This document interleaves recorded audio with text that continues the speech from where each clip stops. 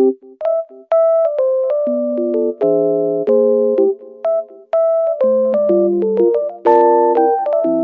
Pak. Assalamualaikum warahmatullahi wabarakatuh. Salam warahmatullahi wabarakatuh. Yang terhormat Bapak Kepala Sekolah SMP Negeri 3 Jepon, yang kami hormati Bapak Ibu Guru SMP Negeri 3 Jepon. Marilah kita panjatkan puji syukur kehadirat Allah Subhanahu wa taala yang telah memberikan kita rahmat dan kenikmatan kepada kita, sehingga kita bisa melaksanakan kegiatan tatap muka secara daring pada siang hari ini. Saya sampaikan terima kasih kepada Bapak dan Ibu yang telah mau mengikuti undangan acara pada siang hari ini, dan saya mohon maaf karena telah mengganggu waktu panjenengan semua. Untuk kegiatan hari ini merupakan rangkaian dari kegiatan pendidikan guru penggerak atau calon guru penggerak Angkatan 9 Kabupaten Blora, yaitu melaksanakan aksi nyata modul 1.4 yang berisi tentang budaya positif. Nah, nanti kita di sini akan berdiskusi tentang budaya positif yang ada di sekolah kita. Nah, baik, langsung kita mulai Bapak Ibu. Izinkan saya menge-share materi.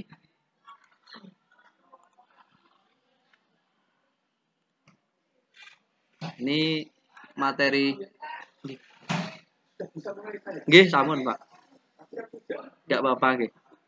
Nah, ini sudah saya share materi, yaitu tentang budaya positif. Bapak Ibu, nanti yang di Materi sudah kelihatan Bapak Ibu materi ini. Bu Susi sudah kelihatan di situ materinya. Di materi belum hilang. Ya. Share. Sampun apa dereng, Bu? Sampun, pun. Ya. Nah, ini materi-materi tentang budaya positif. Yang pertama adalah disiplin positif dan nilai-nilai kebajikan atau kebajikan yang benar, ya, kebajikan universal. Nah, terus ada keyakinan kelas. Terus yang berikutnya adalah kebutuhan dasar manusia. Terus ada 5 posisi kontrol guru dan segitiga restitusi. Ini nanti kita akan bagi menjadi beberapa tahap. Yang pertama nanti kita disiplin positif sama keyakinan kelas terlebih dahulu. Ya, Bapak Ibu, langsung kita mulai yang materi pertama, yaitu tentang ini, tentang disiplin positif dan nilai-nilai kebajikan universal. Ini kebajikan, kita edit dulu. Ya, sebagai pertanyaan pemantik yang pertama, ini saya mau mendapatkan pendapat dari teman-teman. Nah, ini ada 3 pertanyaan, nanti boleh berpendapat. Di sini nanti bebas berpendapat, tidak ada yang salah dan tidak ada yang benar.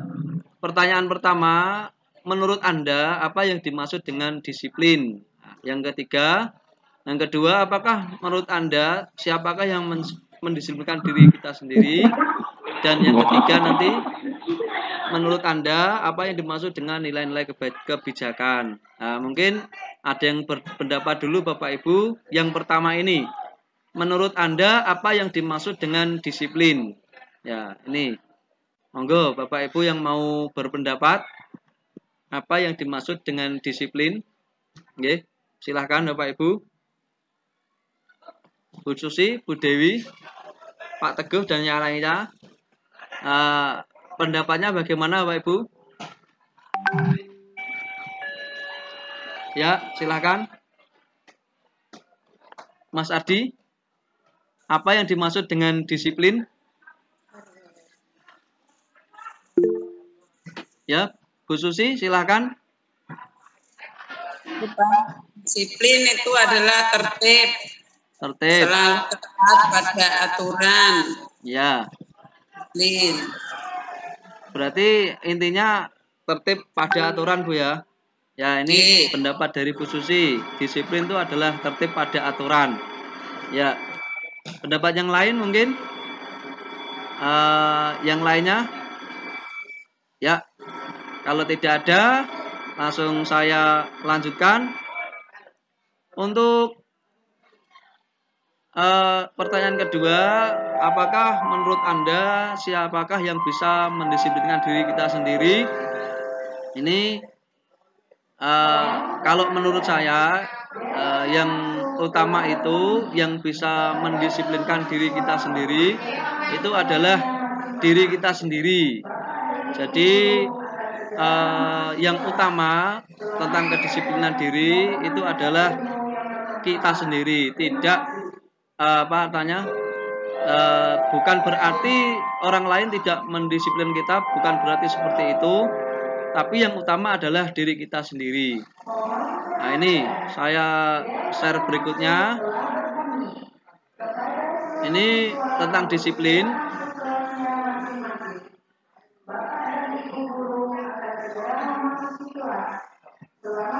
Nah, tentang disiplin yang setelah saya pelajari mengenai disiplin, jadi disiplin itu tidak hanya tentang mematuhi peraturan, tetapi disiplin itu dapat mengontrol diri kita sendiri untuk berbuat sesuai dengan nilai-nilai yang positif. Jadi kalau disiplin hanya tentang peraturan, jika peraturan itu tidak ada, maka siswa itu juga tidak akan melakukan hal atau nilai positif tersebut. Misalkan, jika di sini tidak ada peraturan memakai sepatu hitam, maka kemungkinan anak-anak itu juga tidak akan memakai sepatu hitam. Karena ini sudah peraturan, maka anak-anak melaksanakan, mungkin mereka itu takut mendapat hukuman dari Bapak Ibu guru karena telah melanggar peraturan. Yang diharapkan anak-anak itu bisa berbuat baik secara mandiri, secara sendiri, jadi tanpa adanya sebuah hal-hal yang ditakuti atau mendapatkan hukuman. Jadi disiplin itu yang diharapkan itu seperti itu. Selain mematuhi peraturan, nanti yang diharapkan anak-anak itu timbul dari dalam diri sendiri, motivasi diri sendiri untuk melakukan nilai-nilai yang positif. Ini poin yang pertama. Yang poin yang kedua tentang disiplin, yang bisa mendisiplinkan diri kita itu adalah kita sendiri. Akan tetapi, jika kita tidak mampu, maka harus ada pihak lain untuk mendisiplinkan kita. Nah, jadi sebenarnya disiplin itu dari diri kita sendiri, bukan dari orang lain. Akan tetapi, jika kita tidak mampu, maka harus ada pihak lain untuk mendisiplinkan kita. Ini yang poin kedua tentang disiplin positif.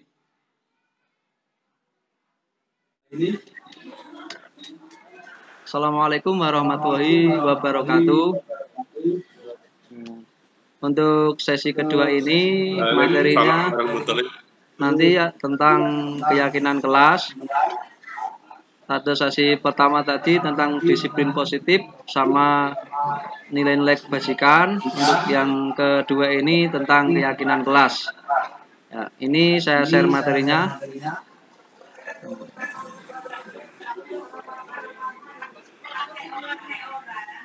Sudah kelihatan Bapak Ibu di share screen-nya? Sudah kelihatan nggih? Ya.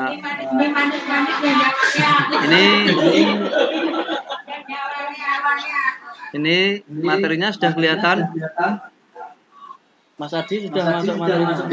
Bisa ya? Masuk. Ya, ini materinya tentang keyakinan kelas. Baik, pertanyaan pertama untuk memantik pertanyaan ini. Pertanyaannya adalah, apakah keyakinan kelas dengan peraturan kelas atau sekolah itu berbeda? Ya. Jadi saya ulangi lagi. Menurut Bapak Ibu, apakah keyakinan kelas dengan peraturan kelas itu berbeda? Ya, silahkan berpendapat. Monggo, yang mau berpendapat dari pertanyaan ini. Ya, silahkan Bu Endang. Bu Endang, speakernya diklik dulu Bu Endang. Speakernya dinyalakan dulu. Ya, sudah. Siap. Oke, Bu Endang. Assalamualaikum warahmatullahi wabarakatuh. Waalaikumsalam warahmatullahi wabarakatuh.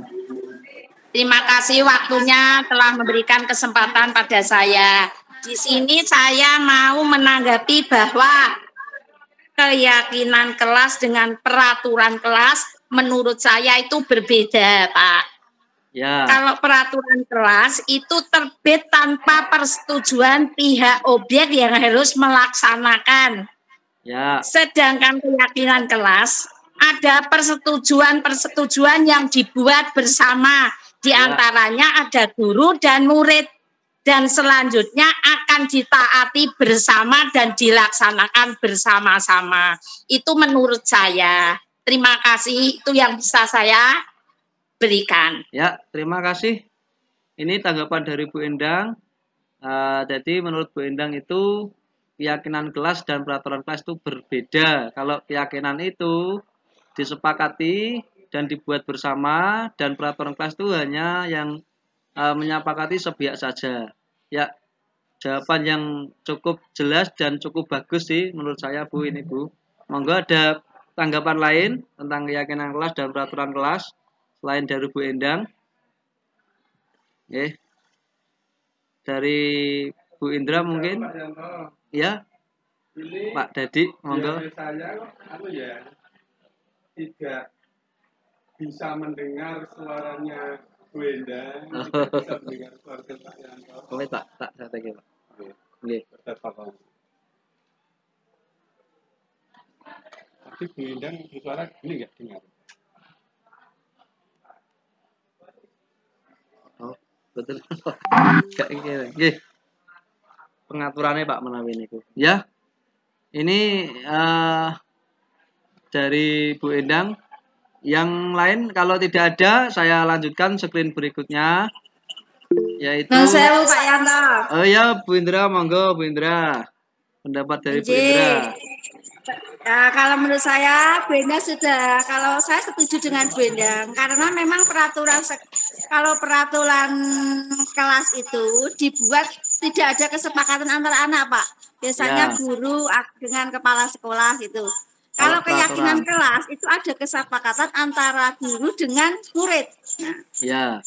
Dan harus ya Bu Indra, berarti sama nggih intinya dengan Bu Endang. Sami kali Bu Endang. Nah, itu pendapat yang tepat Bapak Ibu. Jadi keyakinan itu harus dibuat dan disepakati antara guru, kepala sekolah dan murid. Sedangkan peraturan itu dibuat oleh guru dan diperuntukkan untuk murid. Nah, biasanya seperti itu. Baik, selanjutnya saya akan share lagi. Nah, ini Bapak Ibu tentang keyakinan kelas. Keyakinan kelas adalah nilai-nilai positif yang dibuat dan disepakati oleh semua warga kelas atau sekolah. Perbedaannya itu kalau keyakinan dibuat dan disepakati oleh semua pihak, yaitu guru, kepala sekolah dan murid. Sedangkan peraturan kelas dibuat oleh satu pihak saja, yaitu guru, dan diberlakukan bagi murid. Itu kalau keyakinan kelas. Jadi sangat berbeda nggih antara peraturan dan keyakinan kelas. Selanjutnya, nih saya share lagi. Bagaimanakah tentang keyakinan kelas itu? Nah ini stop sharing dulu Bu ini. Nah, ini keyakinan kelas.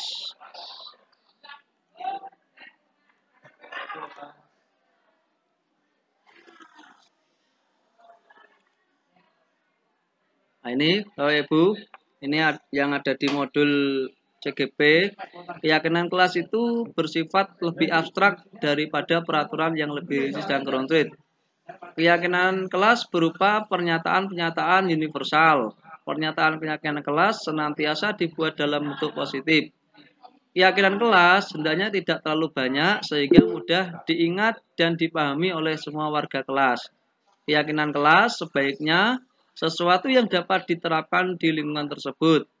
Semua warga kelas hendaknya ikut berkontribusi dalam pembuatan keyakinan kelas lewat kegiatan curah pendapat dan bersedia meninjau kembali keyakinan kelas dari waktu ke waktu.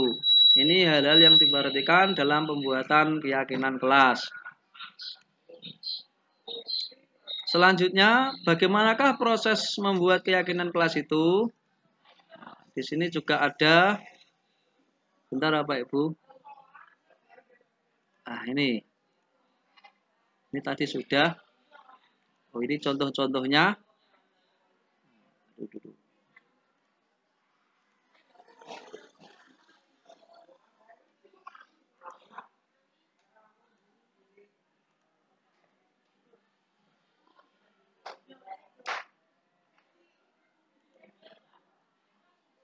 Ini prosedurnya Bapak Ibu. Jadi prosedur pembentukan keyakinan kelas. Yang pertama,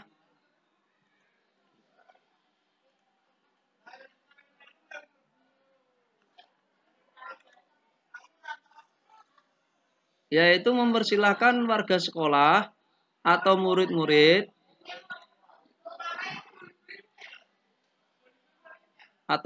di sekolah untuk bercurah pendapat tentang peraturan yang perlu disepakati di sekolah. Yang kedua, mencatat semua masukan-masukan para murid atau warga sekolah di papan tulis atau di kertas besar, kertas ukuran kotor di mana semua anggota kelas atau warga sekolah bisa melihat hasil curah pendapat.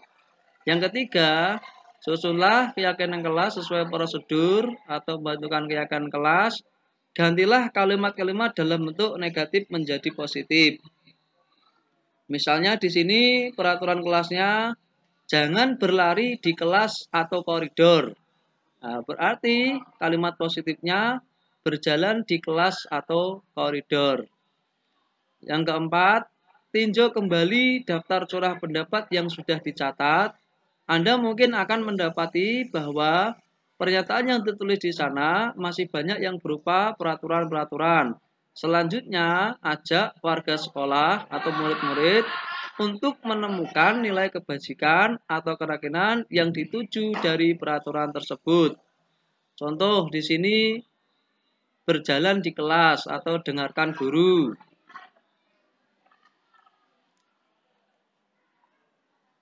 Nah, ini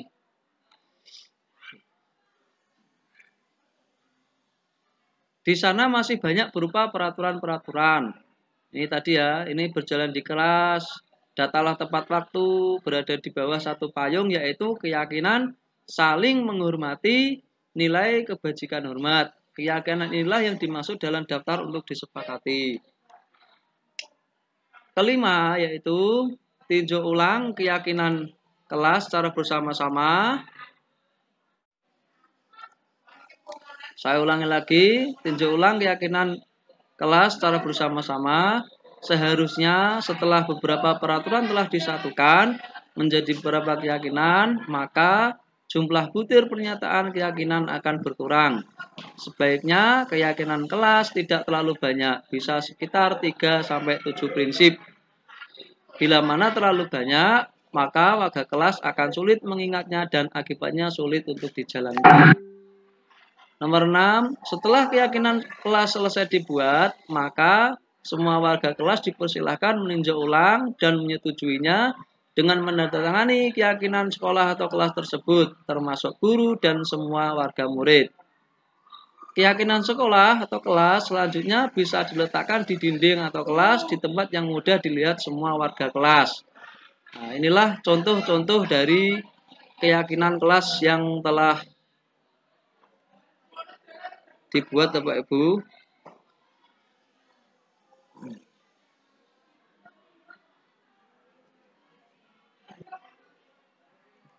Sebentar, carikan ini.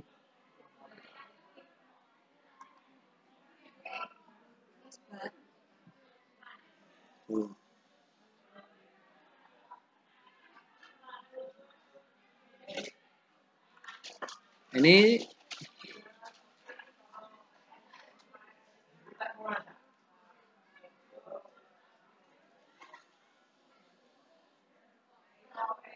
adalah contoh-contoh keyakinan kelas. Ini keyakinan kelas 1.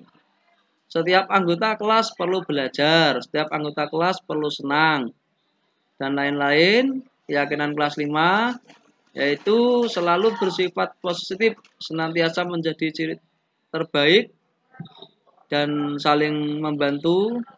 Yang ini contoh keyakinan kelas 7. Hormat. Kami meyakini bahwa sangat penting untuk menghormati semua orang dan barang milik orang lain.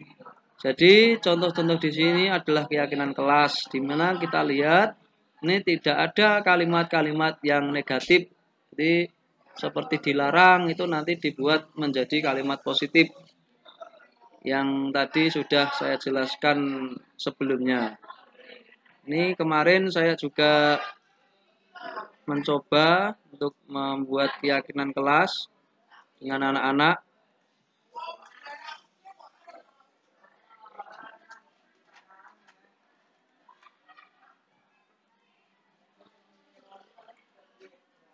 Ini kemarin saya coba dengan kelas saya, yaitu kelas 7D. Ini tadi prosesnya yang seperti tadi, saya suruh nulis peraturan kelas atau sekolah. Setelah itu kita filter bersama-sama dan jadilah keyakinan kelas.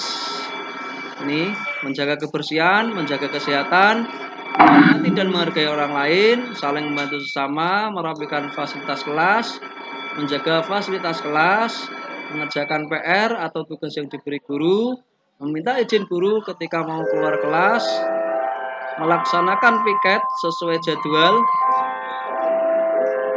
dan berkata yang baik dan sopan, menjaga ketertiban kelas, dan menjaga keamanan dan keselamatan di kelas. Ini Bapak Ibu, kemarin saya coba membuat keyakinan kelas dengan kelas saya, yaitu kelas 7D. Jadi intinya bisa melakukan perubahan, yaitu yang dari awalnya itu peraturan kelas berubah menjadi keyakinan kelas, di mana keyakinan kelas ini dibuat dan disepakati bersama guru, kepala sekolah, dan murid. Jadi tidak hanya salah satu pihak saja. Jadi ketika anak-anak itu ikut membuat, maka anak-anak itu juga akan mengingat poin-poinnya.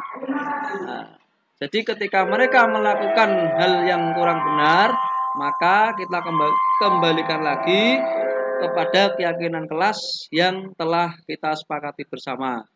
Nah, demikian Bapak Ibu, ini tentang keyakinan kelas. Untuk selanjutnya, materi selanjutnya,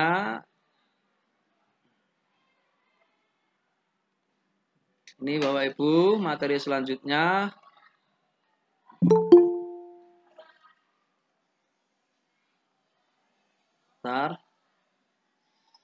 ya, materi selanjutnya adalah kebutuhan dasar manusia. Kira-kira kebutuhan dasar manusia itu apa saja?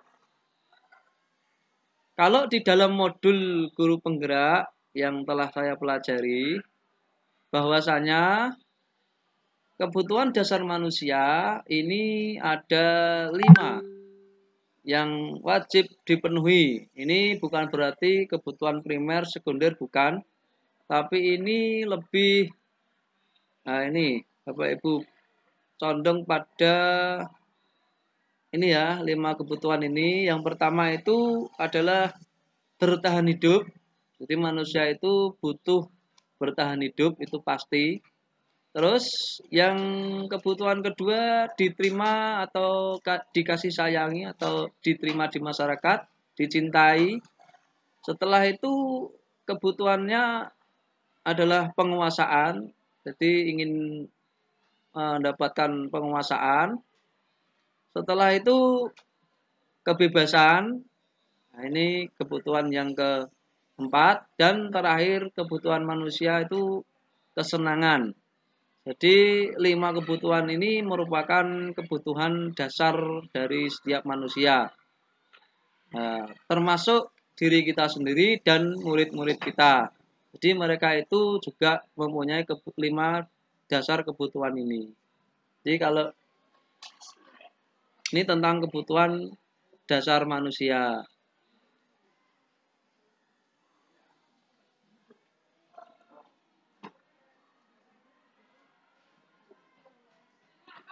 Nah, ini sementara sampai di sini dulu Bapak Ibu, karena saya ada jam di kelas.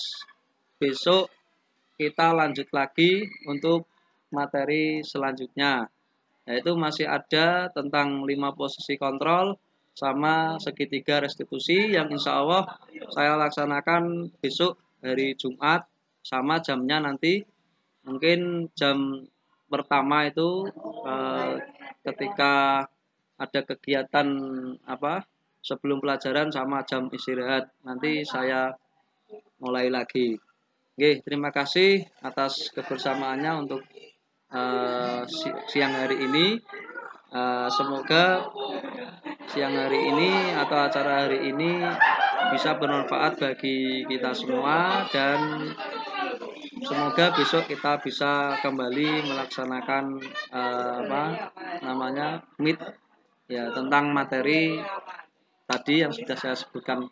Ya, dan saya mengucapkan terima kasih banyak kepada Bapak Ibu, dan saya mohon maaf karena telah mengganggu waktunya. Saya akhiri. Assalamualaikum warahmatullahi wabarakatuh.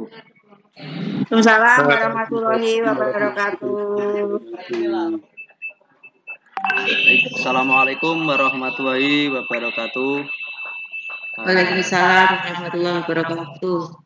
Bismillahirrahmanirrahim. Yang terhormat Bapak Kepala Sekolah SMP Negeri 3 Jepon, yang kami hormati Bapak Ibu Guru yang hadir pada kegiatan pagi hari ini. Marilah kita panjatkan puji syukur kehadirat Allah Subhanahu wa taala yang telah memberikan kita rahmat, taufik, hidayah, kenikmatan kepada kita semua, nikmat sehat jasmani dan rohani, sehingga sampai pada saat ini kita masih diberi kesempatan untuk melaksanakan pertemuan pada pagi hari ini, walaupun pertemuannya secara daring. Salat dan salam semoga tetap terlimpahkan kepada junjungan kita Nabi Muhammad SAW. Semoga di akhir hayat nanti kita dapat syafaat dari beliau. Amin ya rabbal alamin. Bapak dan Ibu, saya sampaikan terima kasih kepada panjenengan semuanya yang telah mengikuti acara daring pada pagi hari ini, dan saya mohon maaf karena telah mengganggu aktivitas panjenengan semua. Bapak dan Ibu, untuk kegiatan pada pagi hari ini merupakan rangkaian dari kegiatan kemarin, yaitu tentang diseminasi dari modul guru penggerak, yaitu tentang budaya positif. Kalau pertemuan kemarin kita sudah membahas tentang disiplin positif sama keyakinan kelas dan juga nilai-nilai kebajikan. Untuk pagi hari ini nanti kita akan membahas tentang 5 posisi kontrol guru terhadap murid serta segitiga restitusi. Ya. Baik Bapak Ibu, langsung saja untuk yang pertama tentang 5 posisi kontrol guru terhadap murid. Izinkan saya untuk men-share materi tersebut.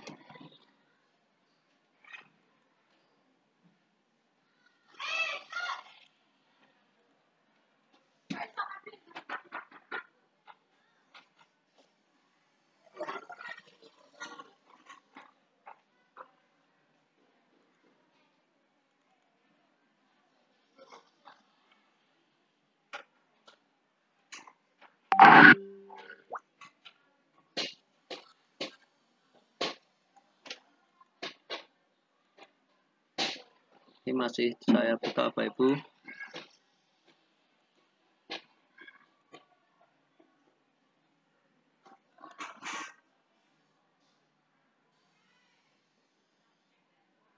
Ya. Untuk materi pertama, 5 posisi kontrol guru terhadap murid. Kalau dalam modul guru penggerak itu ada 5, yaitu posisi pertama adalah sebagai penghukum. Nah, kalau sebagai penghukum itu biasanya menggunakan hukuman fisik maupun verbal kepada orang-orang yang menjalani proses penghukuman. Nah, ini senantiasa mengatakan bahwa sekolah memerlukan sistem atau alat yang dapat lebih menekan murid lebih dalam. Guru-guru menerapkan posisi penghukum akan berkata, patuhi saya atau awas, kamu selalu saja salah, selalu pasti selalu yang terakhir selesai. Guru seperti ini senantiasa percaya hanya ada satu cara agar pembelajaran bisa berhasil, yaitu menurut cara dia. Ini kalau posisi guru sebagai penghukum. Selanjutnya adalah guru sebagai pembuat merasa bersalah. Guru sebagai pembuat merasa bersalah ini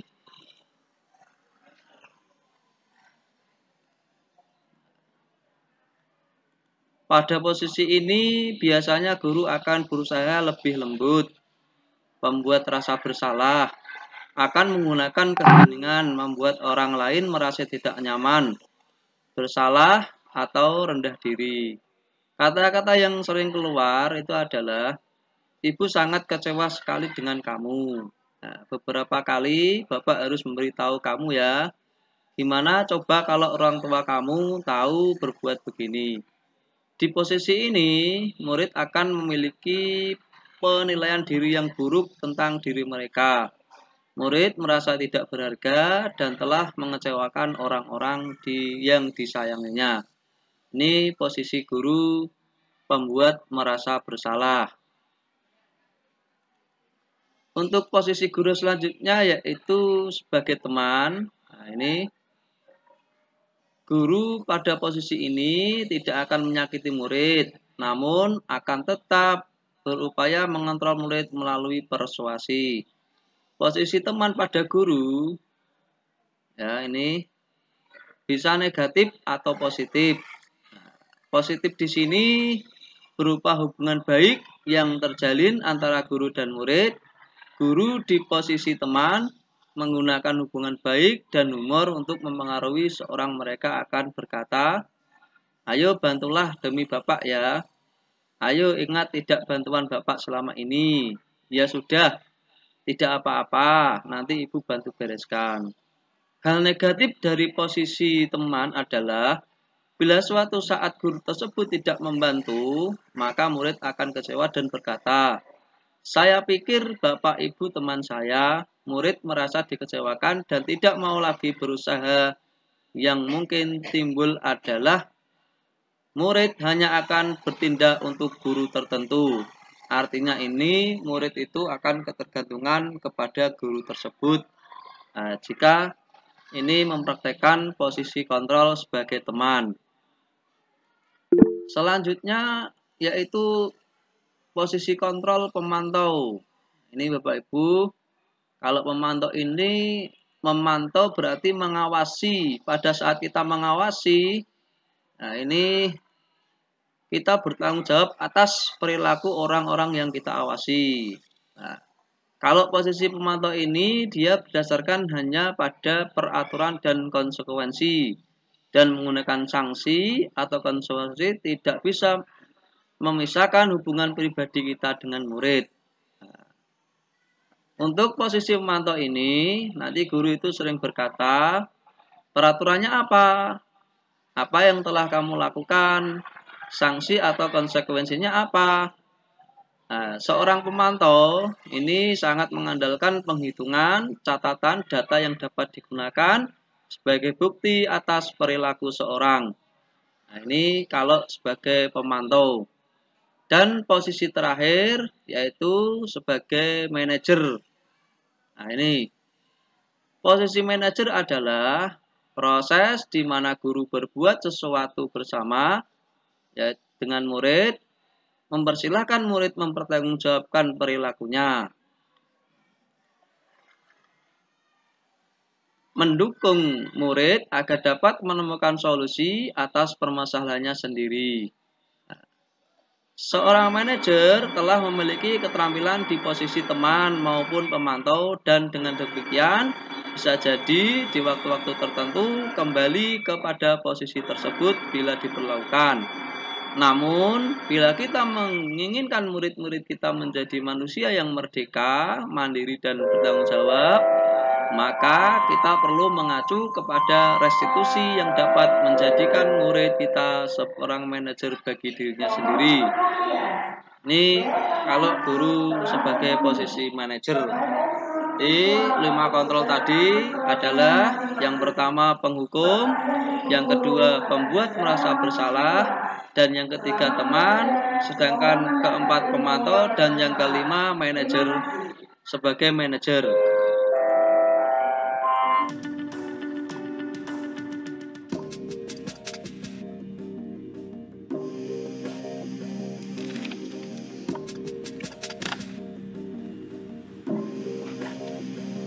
Naren!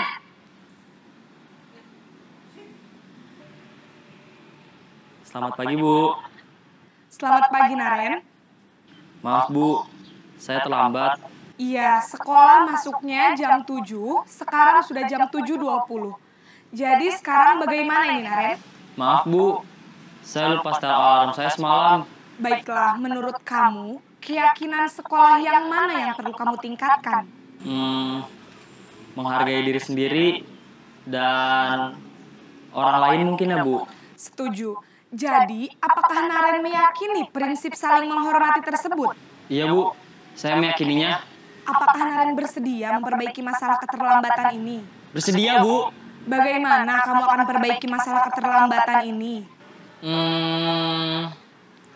Saya akan coba untuk tidak lupa menyetel alarm saya, Bu. Baik, kalau Naren lupa menyetel alarm di rumah, ada orang yang kira-kira bisa bantu mengingatkan tidak? Ada, Bu. Kakak saya, Kak Emma. Ada lagi selain Kak Emma? Selain Kak Emma, ada ibu saya. Baik, jadi yang mengingatkan Naren adalah Kak Emma dan ibu kamu ya? Kira-kira akan mulai setel alarm kapan nih, Naren? Setelah pulang sekolah, akan segera saya lakukan. Baik, jadi Naren akan setel alarm untuk bangun besok pagi dan akan diingatkan oleh kakak dan ibunda Naren ya? Ada lagi yang mungkin perlu dilakukan, Naren? Agar tidak terlambat bangun lagi. Tidak ada, Bu. Baik, Naren. Terima kasih untuk kerjasama kamu. Sekarang kamu perlu kembali ke kelas untuk belajar. Baik, Bu. Terima kasih. Posisi manajer adalah posisi kontrol yang disarankan untuk membimbing murid memiliki sikap disiplin yang positif, yaitu murid yang mandiri, bertanggung jawab, dan dapat memecahkan masalah. Tujuan dari posisi ini adalah agar murid dapat berefleksi atas tindakannya. Guru akan dengan tulus memberikan pertanyaan-pertanyaan bermakna, sehingga membuat murid dapat belajar dari kesalahannya dan mencari sebuah solusi untuk menyelesaikannya. Ibu dan bapak guru hebat, setelah mengamati adegan kelima posisi kontrol tadi, kira-kira posisi mana yang paling ideal? Posisi mana yang dapat menunjang motivasi intrinsik murid? Ya, tentu posisi manajer. Posisi ini memang posisi ideal yang ingin dituju setiap pendidik. Pada posisi inilah, guru dapat menerapkan disiplin positif yang berpihak pada murid, yang memerdekakan murid. Perjalanan seorang pendidik tentunya tidak mudah untuk sampai pada posisi seorang manajer. Namun, tujuan kita pasti, yaitu menciptakan murid-murid yang mandiri, merdeka, dan bertanggung jawab. Semoga penggambaran 5 posisi kontrol yang telah diperlihatkan ini dapat menjadi ajang refleksi bagi kita semua, agar dapat terus mengasah dan menerapkan disiplin positif yang memerdekakan murid. Mari terus berlatih dan bersemangat. Selamat menerapkan. Salam dan bahagia, Ibu dan Bapak Guru hebat.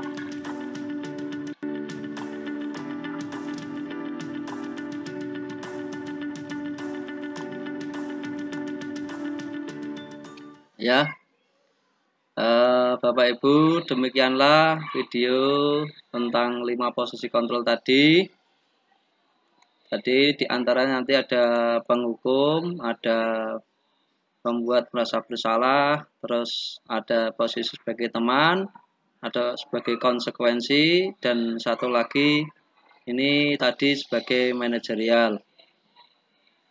Setelah melihat posisi kontrol itu, bagaimana Bapak Ibu? Apakah selama ini kita sudah sering yang dilakukan itu sering yang mana? Apakah sebagai penghukum atau sebagai manajerial atau sebagai teman? Nah, tentunya setelah melihat video ini kita bisa melihat yang ideal bagaimana seharusnya itu posisi kontrol guru terhadap murid. Kalau tadi sebagai penghukum itu menggunakan kata-kata yang kasar, terus yang pada akhirnya nanti itu bisa menyakiti murid baik secara fisik maupun secara mentalnya. Itu yang posisi penghukum.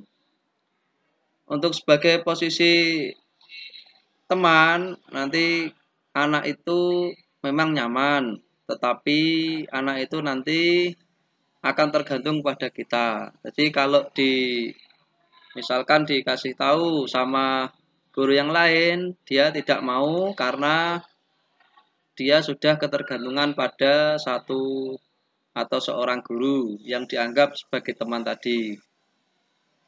Untuk pemberi merasa bersalah itu menggunakan kata-kata yang sopan, yang tidak tidak kasar dan bisa menyentuh hati dari siswa. Tetapi nanti itu malah membuat siswa itu merasa rendah karena dia tidak bisa atau dia itu membuat kecewa orang lain. Kalau posisi sebagai pembuat merasa bersalah. Kalau sebagai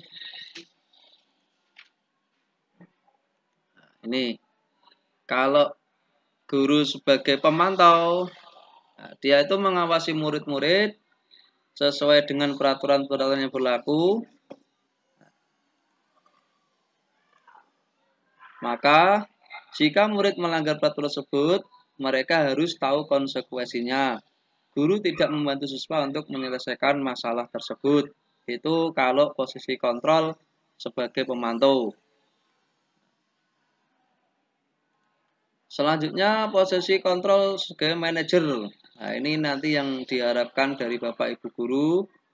Ini sebagai manajer ini karena yang paling ideal, guru menyelesaikan masalah dengan murid yang melakukan kesalahan tersebut.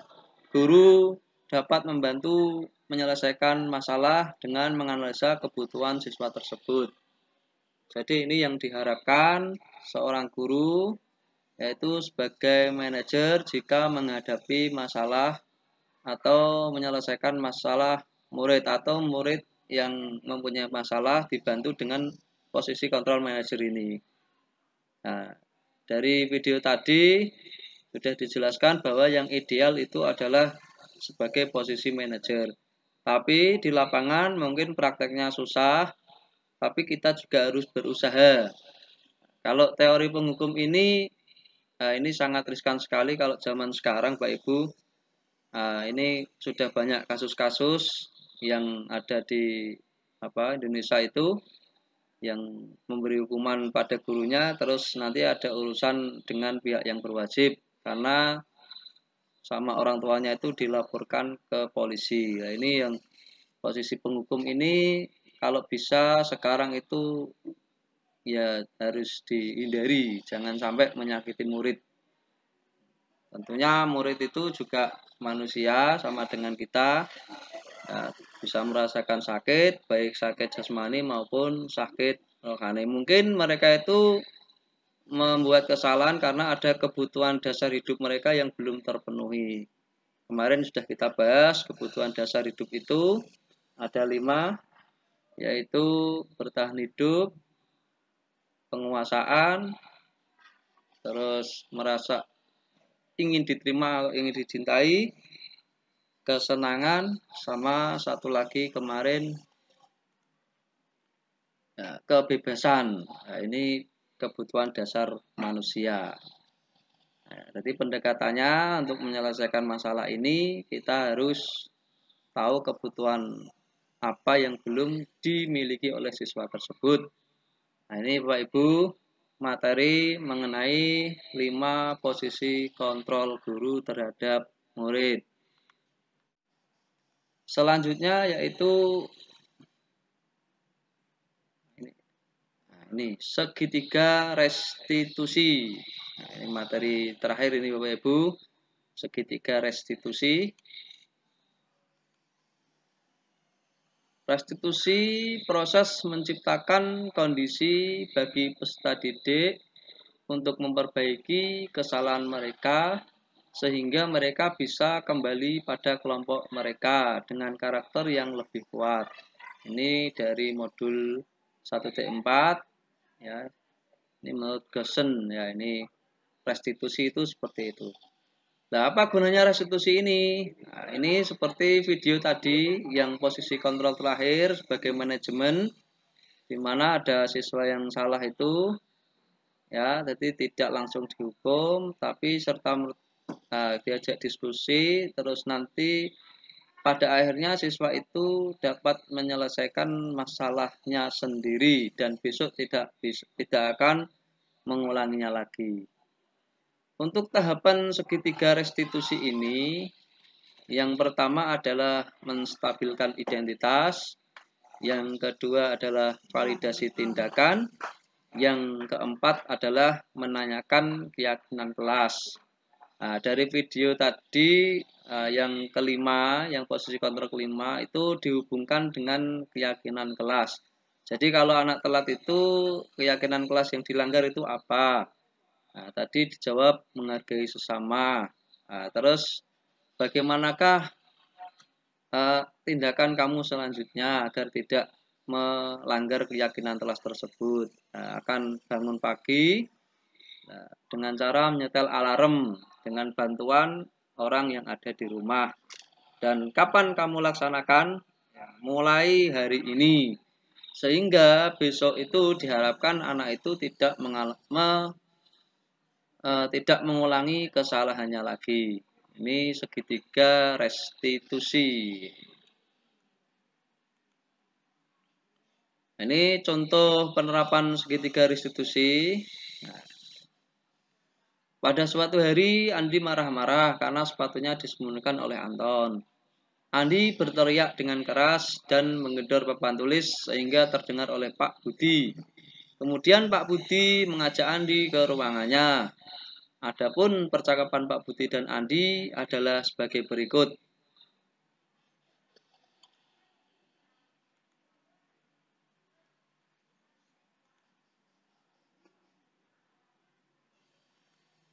Pak Budi, kenapa kamu berteriak dan mengendor meja, Andi? Pasti kamu punya motif tertentu. Andi menjawab, saya marah, Pak, karena sepatu saya disembunyikan oleh Anton.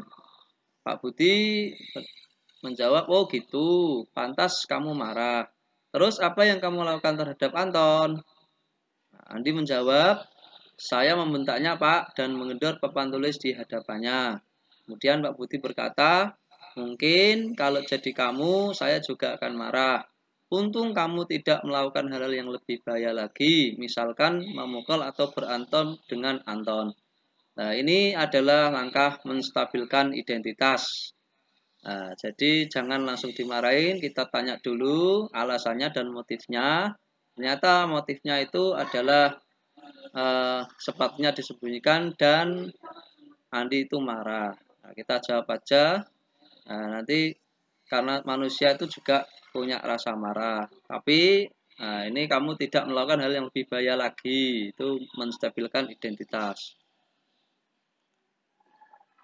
Kemudian Andi menjawab, ya Pak, saya mohon maaf. Nah, Pak Budi kata, tidak apa-apa Anton. Baik, sekarang kita hubungkan perbuatanmu tadi dengan keyakinan kelas yang ada di kelas kita.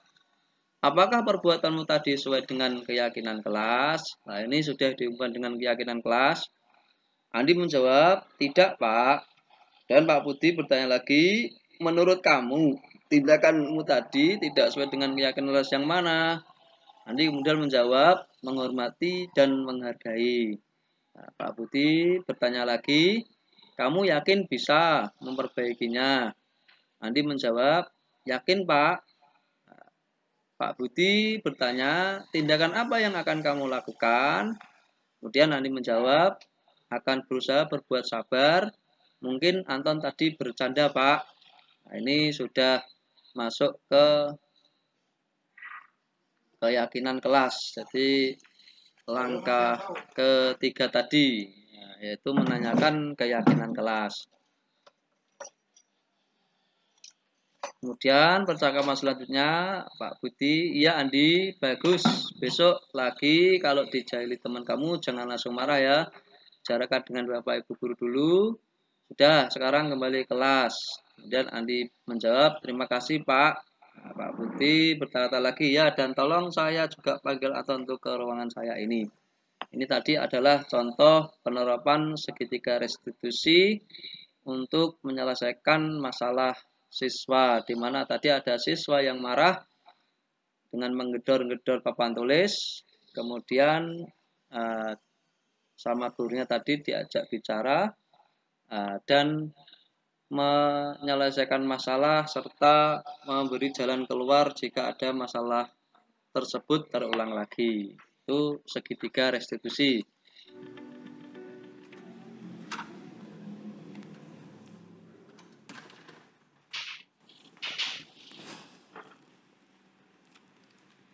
Siang, Sarah. Siang, Pak. Sudah lama nggak ketemu Sarah. Kenapa hari ini ada di sini? Kesel, Pak. Kesel banget. Masa aku dikatain tukang fitnah, Pak? Ya aku marah lah. Aku balik ngatain Eka di depan kelas. Kesel banget. Oh, begitu. Ya pasti kamu marah dan kesal.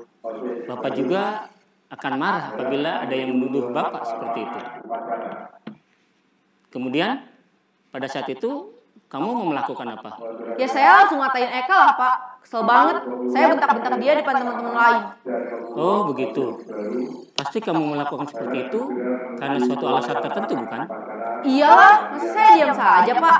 Ya saya bela diri lah. Masa saya dituduh tukang fitnah? Ya, wajarlah. Mempertahankan harga diri itu sesuatu yang penting buat kamu. Untung kamu tidak bertindak lebih gegabah lagi. Hanya membentak-bentak. Iya, Pak. Untung saya masih bersabar dan hanya membentak saja. Sudah gemes padahal. Saya pasti bela diri lah. Ya, pasti ya. Tapi kamu memilih untuk tetap bertahan dan bersabar. Tindakan kamu yang bentak-bentak Eka di kelas. Tindakan kamu itu kira-kira sesuai dengan keyakinan kelas atau prinsip kamu tidak? Enggak lah, Pak. Capek, Pak, jadi pemarah. Jadi, keyakinan atau prinsip mana yang kurang sesuai dengan keinginan kamu? Ya, saya sebenarnya sangat menghargai orang lain. Mungkin saat itu saya menjadi emosi, jadi tidak menunjukkan sikap itu.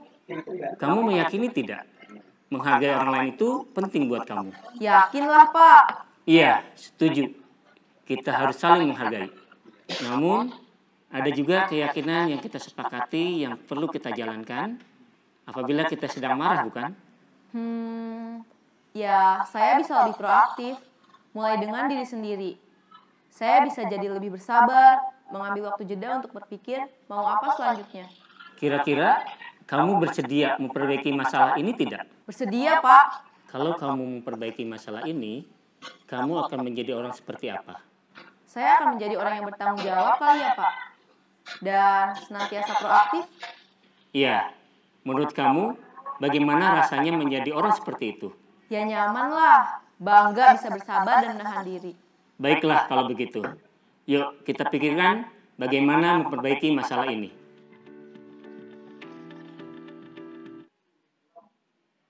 Nah, ini Bapak Ibu, kemarin saya juga berusaha mencoba mempraktekkan atau mendemonstrasikan tentang segitiga restitusi. Ini bisa disimak.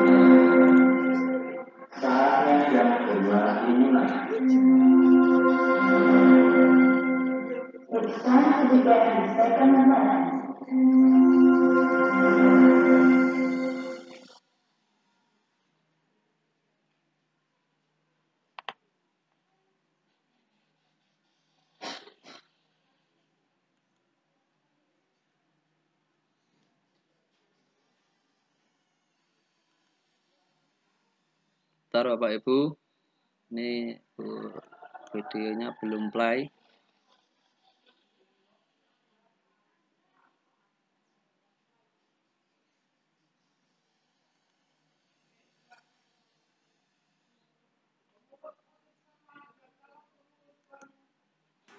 Assalamualaikum warahmatullahi wabarakatuh. Perkenalkan, nama saya Suwanto SPD, calon guru penggerak angkatan 9 dari Kabupaten Blora. Berikut ini adalah video demonstrasi konseptual modul 1.1 wabarakatuh. Perkenalkan, nama saya Suwanto SPD, calon guru penggerak angkatan 9 dari Kabupaten Blora. Berikut ini adalah video demonstrasi konseptual modul 1.4, yaitu mempraktekkan segitiga restitusi untuk menangani masalah peserta didik. Mari kita simak videonya. Mbak Najwa, tadi saya lewat kelas, kenapa kamu kok menghidupkan meja?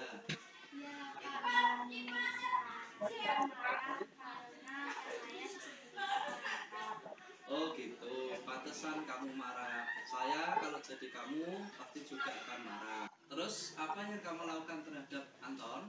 Saya memarahi temannya, Pak. Oh gitu, ya saya juga memahaminya. Mungkin kalau saya jadi kamu, saya juga akan berbuat seperti itu.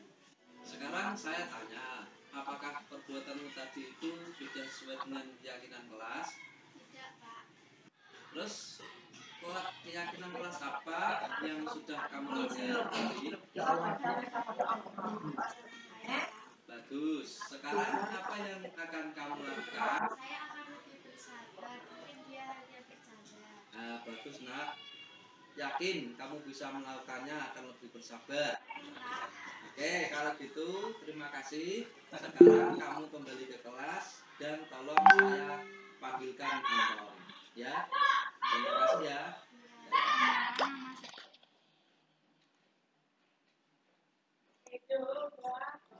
Mohon maaf Bapak Ibu, suaranya tidak begitu jelas karena keterbatasan sumber daya saya.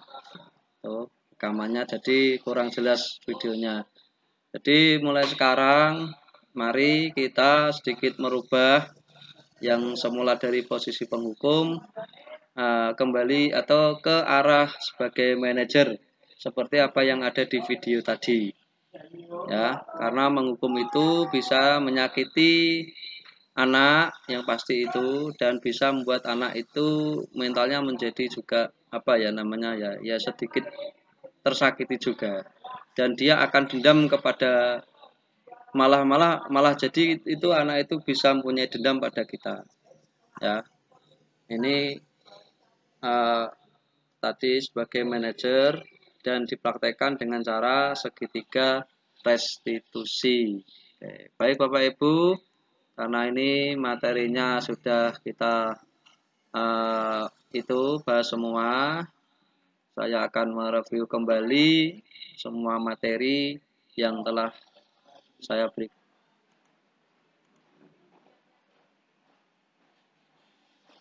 Ya. Ini mulai dari disiplin positif dan nilai-nilai kebajikan universal.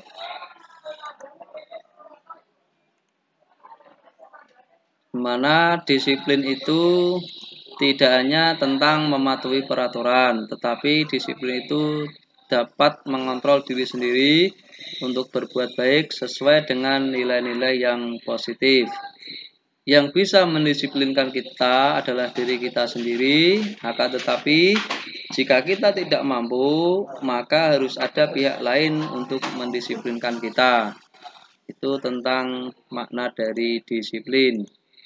Kemudian dari nilai-nilai kebajikan universal, nilai kebajikan universal adalah nilai-nilai positif yang ada pada diri seseorang yang merupakan tujuan yang mulia yang ingin dicapai oleh seseorang. Contoh nilai kebajikan universal itu ada pada nilai-nilai yang ada pada profil pelajar Pancasila, antara lain beriman dan bertakwa kepada Tuhan Yang Maha Esa dan berakhlak mulia, berkebinekaan global, mandiri, gotong royong, bernalar kritis, dan kreatif. Contoh nilai kebajikan universal yang lain adalah tentang peduli, jujur, tanggung jawab, dan lain-lainnya yang bersifat positif. Itu adalah nilai-nilai kebajikan universal. Kemudian keyakinan kelas. Nah, ini tentang keyakinan kelas. Keyakinan kelas adalah nilai-nilai yang positif yang dibuat dan disepakati oleh semua warga kelas atau sekolah. Perbedaan keyakinan kelas dan peraturan kelas adalah keyakinan dibuat dan disepakati oleh semua pihak, yaitu guru dan murid, sedangkan peraturan kelas itu dibuat oleh satu pihak saja, yaitu guru, dan diberlakukan oleh atau bagi murid. Itu kalau peraturan kelas. Selanjutnya tentang kebutuhan dasar manusia. Yang pertama adalah bertahan hidup, diterima atau dicintai atau ingin mendapat kasih sayang. Yang ketiga adalah penguasaan, yang keempat adalah kebebasan, dan yang kelima adalah kesenangan. Ini adalah kebutuhan dasar manusia.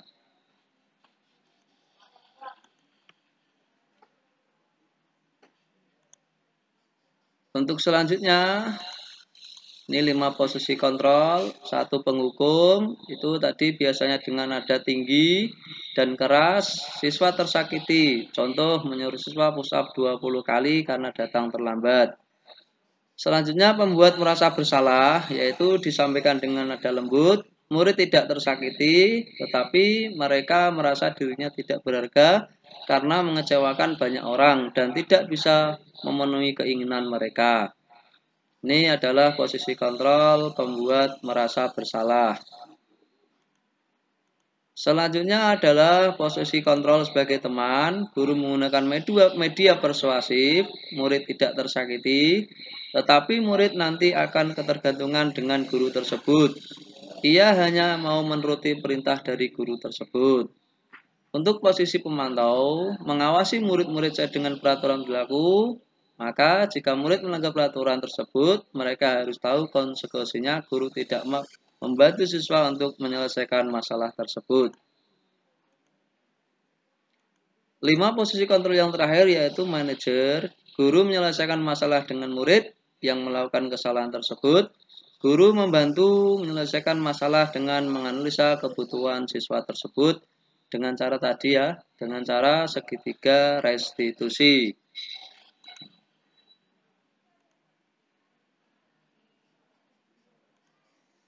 Adapun segitiga restitusi ini yaitu proses menciptakan kondisi peserta didik untuk memperbaiki kesalahan mereka sehingga mereka bisa kembali kepada kelompok mereka dengan karakter yang lebih kuat.